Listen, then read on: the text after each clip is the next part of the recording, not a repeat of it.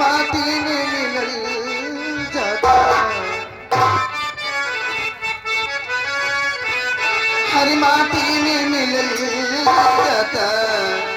चढ़ली जवानिया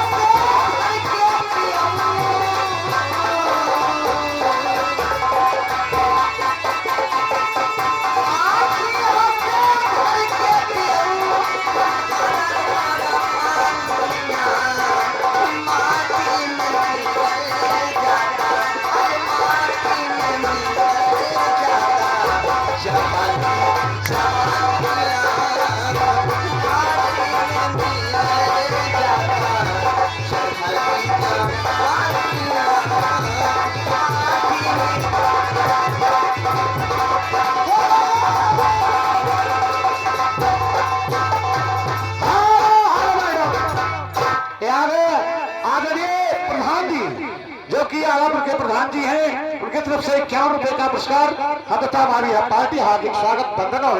बनी से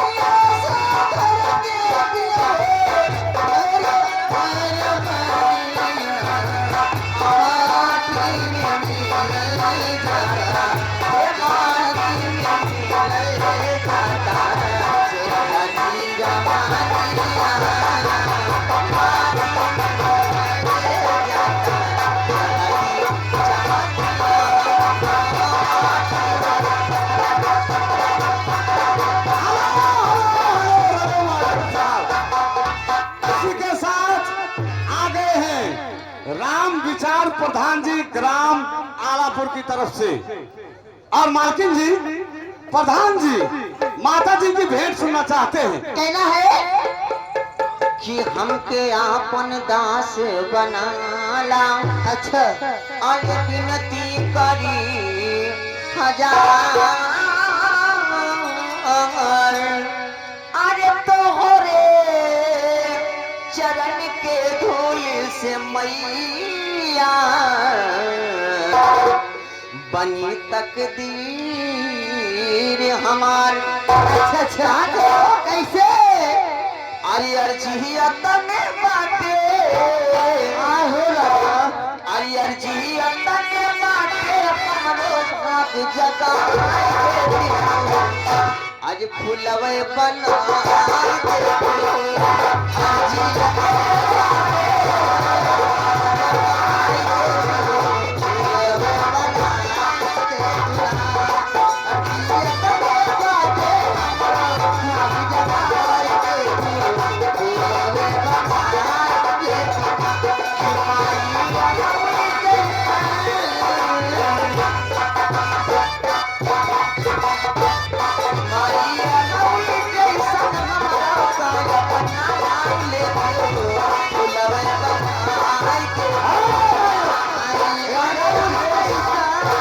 रिक्शा वाले जो कि दलपत के निवासी हैं 10 रुपए का पुरस्कार